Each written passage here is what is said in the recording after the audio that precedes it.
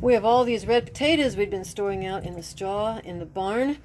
And so now that I'm done with tomatoes, we decided to try freezing them. So first we clean them up here and put them in the food processor.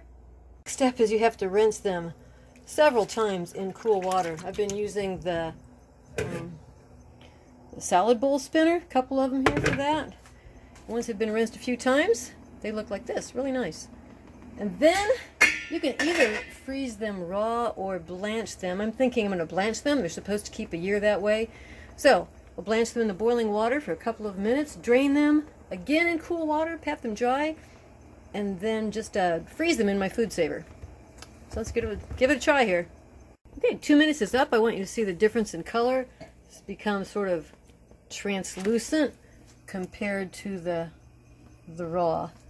Right, and then we'll put them in the salad bowl colander strainer again. After they've been cooked and drained, you have to pat them dry with paper towelings. And then I don't know what I have so far, 6, 8 bags, a bunch more to go. I'm putting about 2 heaping cups in each one.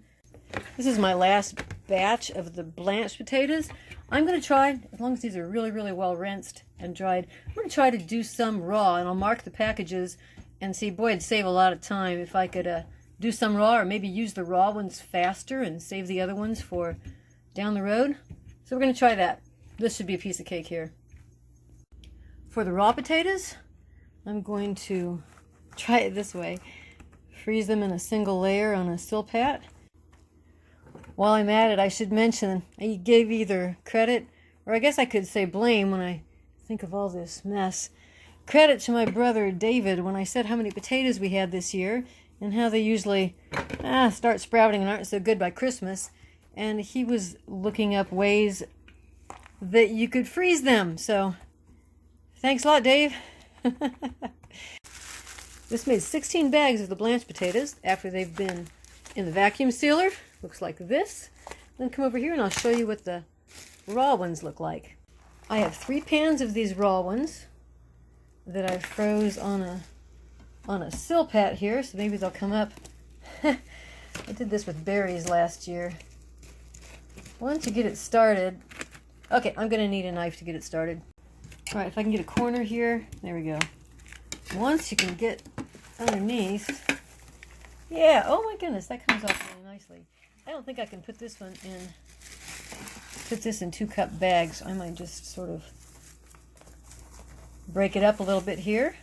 Yeah, that'll work. And then do the same thing. Put it in the food saver bags. That did not take as long to freeze solid, or to, completely freeze as I thought it would. And now we'll just see which one turns out better in recipes once I work on that. Okay, that tray made 4 bags. If they're all like that, that's going to be 4 times 3. That's going to be 12, and 12 plus 19 is a lot. So this is what it looks like before I put it in the food saver, the vacuum seal, and this is what it looks like afterwards. But since these are already frozen, I need to get these back in stat, as they say. Raw hash browns and the cooked hash browns.